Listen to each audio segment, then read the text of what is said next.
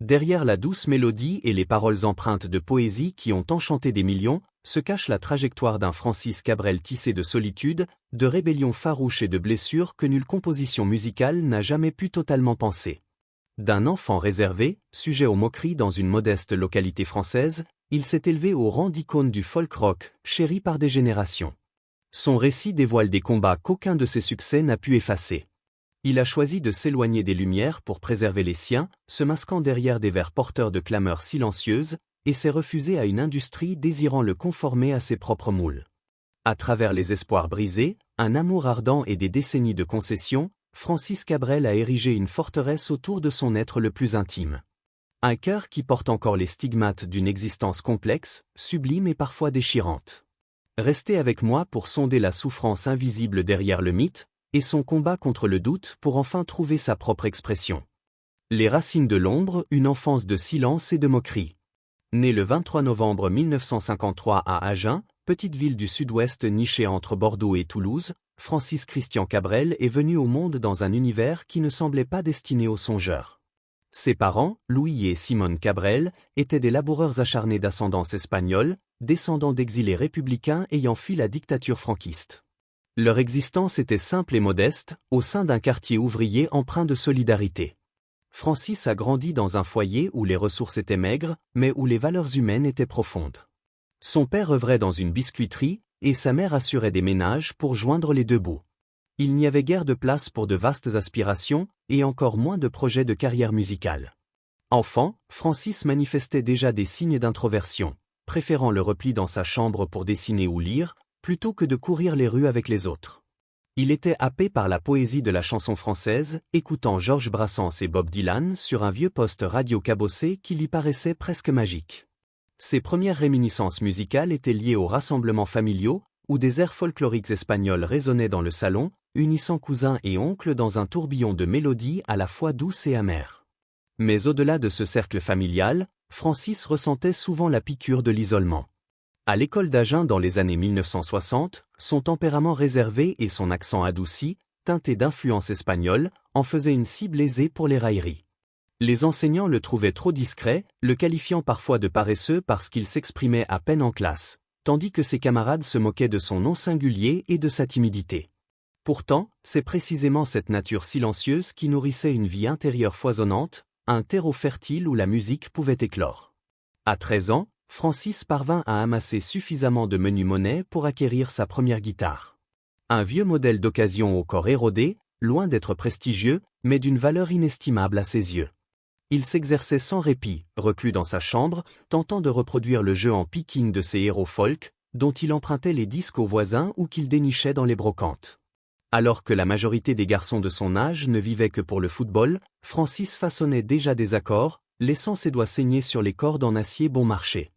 Il composa sa première chanson vers l'âge de 15 ans, narrant les chagrins d'un ami amoureux sans retour. C'était maladroit, mais cela alluma en lui une flamme inextinguible. Au début des années 1970, encore adolescent et participant à des concours locaux, Francis ne trouvait pas sa place parmi les musiciens d'Agen déjà établis. On le moquait pour son accent de province, le rejetant comme un campagnard qui ne réussirait jamais à Paris. Mais plus on le raillait, plus Francis affichait sa détermination. Il se mit à écouter de manière obsessionnelle des disques de blues importés, assimilant les riffs de Muddy Waters et Robert Johnson, et tissant ses rythmes dans sa propre langue musicale. La nuit, il s'allongeait dans son lit et rêvait d'un avenir bien plus vaste que sa minuscule chambre, même si personne d'autre n'y croyait. L'éclat imprévu, la naissance d'une voix indomptable. En 1977, Francis avait 24 ans et frôlait le désespoir. Des années de refus l'avaient épuisé. Les maisons de disques lui claquaient la porte au nez, jugeant ses textes trop poétiques, sa voix trop brute, son style dépassé. Exsangue et prêt à tout abandonner, Francis concentra tout son amour et sa frustration dans une chanson intitulée « Petite Marie », dédiée à Mariette, la jeune femme qui le fascinait depuis ses 18 ans. Cette chanson était plus qu'une déclaration d'amour, c'était un adieu à un rêve qu'il pensait devoir délaisser. Par une incroyable tournure du destin, une station du Sud Radio la diffusa, et le public en tomba immédiatement amoureux. En quelques semaines, la chanson était partout, tirant Francis du gouffre. Mais même à ce moment-là, le succès ne fut pas sans embûches. Lors d'un showcase à Paris, Il échoua si spectaculairement qu'il faillit quitter la musique pour de bon. Abattu, Francis fit sa valise, convaincu qu'il n'avait aucun avenir. Le destin joua une dernière carte. Un producteur, logeant dans le même hôtel, l'entendit jouer seul dans une cage d'escalier à 3 heures du matin. Touché par cette mélodie nocturne, il lui offrit une nouvelle opportunité. Cette rencontre miraculeuse changea tout. À la fin des années 1970, la France commença à apercevoir en Francis Cabrel non plus une simple curiosité rurale, mais une voix authentique et puissante. Pourtant, la pression persistait pour qu'il édulcore ses paroles, accepte le playback à la télévision ou adoucisse ses convictions. Francis refusa. En 1980, il quitta même le plateau d'une grande émission française qui lui imposait de chanter en playback. Une autre fois, il s'opposa farouchement à un producteur influent qui voulait réécrire ses textes.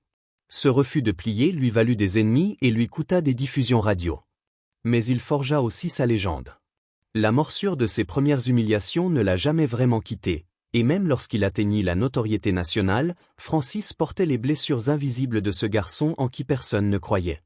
Ses cicatrices ont continué à saigner en silence pendant des années, façonnant l'honnêteté brute et le courage fragile qui résonnent encore dans chacune de ses notes. Contre vent et marée, ou le prix de l'intégrité artistique. Défier la machine et en payer le prix. Au fil des années 1980, Francis Cabrel était devenu un nom familier, et pourtant, sa célébrité s'accompagnait d'une profonde frustration.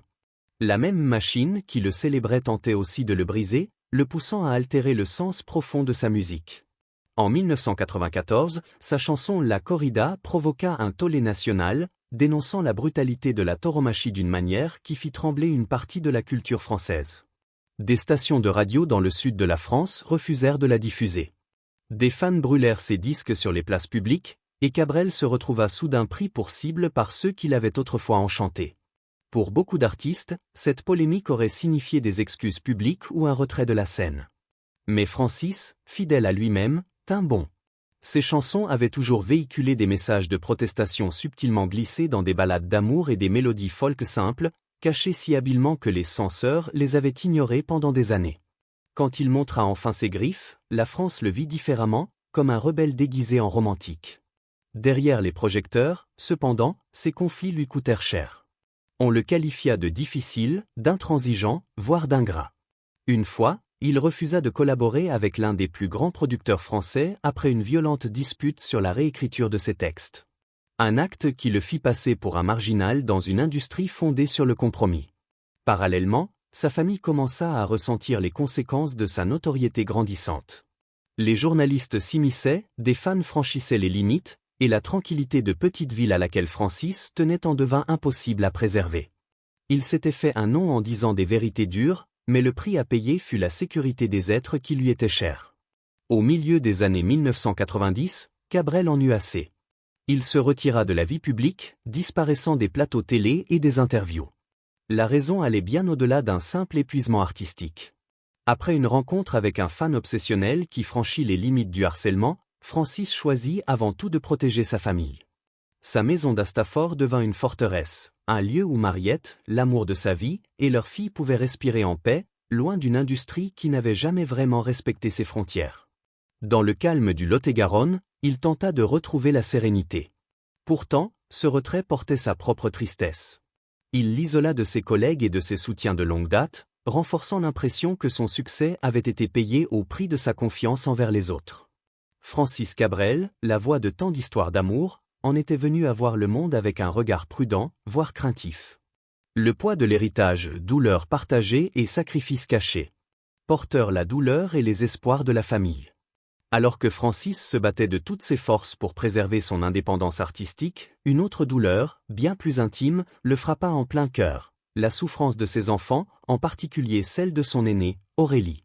Née en 1983, Aurélie fut élevée loin des caméras, dans le refuge tranquille d'Astafort où Francis et Mariette s'étaient installés dans les années 1980 pour protéger leur famille grandissante. Pourtant, aucun mur de pierre ni aucun vignoble isolé ne pouvait la préserver totalement du poids de la célébrité de son père. En octobre 2008, à 25 ans, Aurélie brisa courageusement le silence dans une interview au Parisien, décrivant en détail les brimades subies pendant toute sa scolarité. Professeurs et camarades jetaient systématiquement le doute sur ses succès, comme si être la fille de Cabrel était un raccourci honteux plutôt qu'un fardeau silencieux. Lorsqu'elle obtenait de bonnes notes, on l'accusait de profiter du nom de son père. Lorsqu'elle essayait de chanter, on la raillait, prétendant qu'elle n'était qu'une copie. Elle révéla même avoir été agressée physiquement, frappée au visage, simplement parce qu'elle portait le nom Cabrel. La douleur de ces humiliations teintait encore ses souvenirs des années plus tard. Francis, père naturellement discret et protecteur, avait tenté de préserver Aurélie et ses sœurs de la cruauté du monde extérieur, limitant leur exposition à la presse et les élevant dans un foyer soudé et stable. Mais la célébrité, insidieuse, s'infiltre dans les moindres interstices, même jusqu'aux portes d'une école de village. Ce sentiment d'impuissance blessa profondément Francis. Lui qui avait mis tout son cœur à écrire des chansons d'empathie et de tendresse, à chanter la protection et la guérison, n'avait pas pu empêcher son propre enfant d'être brisé par la jalousie et l'ignorance. Cette contradiction lui pesait, laissant une cicatrice qu'aucun applaudissement ne pouvait apaiser. Aurélie finit par mettre de côté ses ambitions musicales pour se concentrer sur la gestion du Square, l'hôtel-restaurant familial d'Astafort. En quittant la lumière des projecteurs, elle préserva sa tranquillité d'esprit. Mais pour Francis, ce fut une victoire amère. Il admirait son courage et sa résilience, mais regrettait qu'elle ait été poussée à abandonner ses rêves. Quelle ironie cruelle, pensait-il, que l'héritage d'un artiste qui avait inspiré des millions de gens à croire en eux-mêmes ait fini par écraser la confiance de sa propre fille. Même aujourd'hui, chaque fois qu'Aurélie est saluée pour sa force tranquille, Francis ressent un mélange profond de fierté et de chagrin.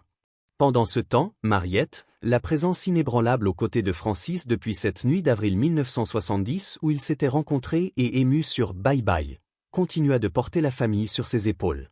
Ils s'étaient mariés le 25 juin 1974 et avaient construit à Astafort un cocon protecteur où Francis pouvait écrire et créer sans distraction. Ensemble, ils élevèrent 3 filles, Aurélie, née en 1983, Manon, née en 1990, et Thieu, adoptée au Vietnam en 2004 à l'âge de 3 ans. Mariette gérait leur foyer avec une force tranquille, assurant les tâches quotidiennes, tenant les comptes et supervisant même certaines affaires de Francis via leur label familial Chandelle Productions. Son rôle dépassait largement celui d'une compagne traditionnelle. Elle était la générale silencieuse de la maison Cabrel, protégeant ce sanctuaire pour que Francis puisse se plonger pleinement dans la poésie de ses chansons. Mais tout sacrifice laisse une empreinte. Francis a reconnu dans de rares interviews qu'il ressent parfois de la culpabilité, conscient que Mariette avait mis de côté ses propres rêves et ambitions pour qu'il puisse réaliser les siens. Les rôles étaient clairement définis, et même s'ils leur apportaient stabilité et équilibre, ils avaient aussi un coût. Francis a pu se consacrer corps et âme à ses mélodies, à transmettre chaque émotion dans des albums qui touchaient la France entière, précisément parce que Mariette prenait tout le reste en charge. Quand il interprète Petite Marie, la chanson d'amour de 1977 qu'il avait révélée et qui portait son nom, il est encore hanté par les souvenirs de la confiance qu'elle avait placée en lui si longtemps auparavant, des souvenirs mêlés de gratitude et d'un léger regret. Même lorsque leurs filles ont grandi et suivi leur propre chemin, Francis a constaté combien le nom de Cabrel pouvait à la fois ouvrir des portes et dresser des cages invisibles autour d'elle. Le monde imaginait sans doute les Cabrel comme une famille parfaite dans une ferme de contes de fées, mais à l'intérieur de ces murs se trouvaient des blessures profondes nées de l'envie, de l'exposition et du jugement implacable qu'apporte la célébrité. Francis tenta encore et encore de faire bouclier entre ce monde et les femmes qu'il aimait, mais même lui ne put entièrement arrêter sa cruauté. Aujourd'hui, Aurélie, Manon et Thieu tracent chacune leur propre chemin, façonnés par l'héritage de leurs parents, sans jamais pouvoir totalement s'en libérer. Francis, désormais septuagénaire, regarde sa famille avec un sentiment mêlé de triomphe et de tristesse. Il a offert à la France des chansons d'amour, de loyauté et de résistance, mais en même temps, il a transmis à ses enfants un fardeau qu'il n'avait jamais demandé à porter. Et cette certitude est une douleur silencieuse qui l'emportera probablement jusqu'au bout. Le sanctuaire du silence, une solitude volontaire, et ses coups. Construire un refuge mais se sentir seul. Le repli de Francis Cabrel à Astafort n'était pas seulement un choix de vie, c'était une mission de sauvetage pour préserver sa paix intérieure. Au début des années 2000, il acheta un domaine rustique avec une ferme centenaire et un vignoble en activité. Là, il transforma une ancienne grange en pierre datant du XVIe siècle en studio d'enregistrement à l'acoustique exceptionnelle, le même endroit où il a conçu des albums comme Les Beaux Dégâts en 2004 ou encore À l'Aube revenant. Francis plaisantait avec les journalistes en l'appelant le studio éphémère parce que les cloisons pouvaient être démontées à tout moment, même si en vérité, il en fit son bunker créatif permanent. La vie dans le Lot-et-Garonne lui offrait une certaine liberté, entouré de rangées de vignes et de paysages qui lui rappelaient ses racines. Le vignoble, géré avec son frère Philippe, produit environ 40 000 bouteilles de vin bio chaque année sous le nom Le Boiron. Francis, qui a toujours célébré les rythmes de la nature dans des chansons comme Octobre ou Automne, trouvait un profond réconfort dans les vendanges. Pourtant, même cette existence idyllique avait ses douleurs. Pendant les vendanges, il souffrait souvent de maux de dos violents, un rappel cruel que le temps passait et que son corps n'était plus aussi fort qu'avant. En 2022, il repartit en tournée à travers la France avec le Troubadour Tour, retrouvant son fidèle public dans des festivals estivaux. Mais à chaque retour à la maison, il recherchait désespérément le silence, incapable de chasser la sensation que les foules, les interviews et les attentes sans fin l'avaient vidé. Ses amis disent que Francis lutte encore contre une profonde timidité, ayant du mal à accorder sa confiance en dehors de son cercle proche. Bien que sa musique célèbre la connexion et l'amour, l'homme lui-même est devenu plus réservé, plus méfiant. Un repli qui s'est accentué après la perte de son ami proche, le metteur en scène Roger Louret, emporté par une maladie foudroyante en janvier 2023. Sa mort a laissé un vide, replongeant Francis encore davantage dans une solitude protectrice. Pour les fans qui voient son sourire sur scène, il est facile d'oublier qu'une fois les applaudissements terminés, il rentre chez lui dans un monde de plus en plus restreint, tournant autour de Mariette et de quelques amis intimes. Il ne troquerait cela pour rien. Et pourtant, il y a une tristesse dans la manière dont il s'est retiré du reste du monde. Ce garçon qui voulait autrefois partager sa musique avec tous protège aujourd'hui son cœur derrière les murs de son vignoble et les portes épaisses de son studio. Les cicatrices de l'amour, un sacrifice silencieux. Aimer avec force, perdre en silence. Derrière chaque chanson de Francis Cabrel, il y a Mariette, sa compagne depuis plus de 50 ans. La femme qui a volé son cœur lors d'une fête de village à Buzet-sur-Bailly en 1970.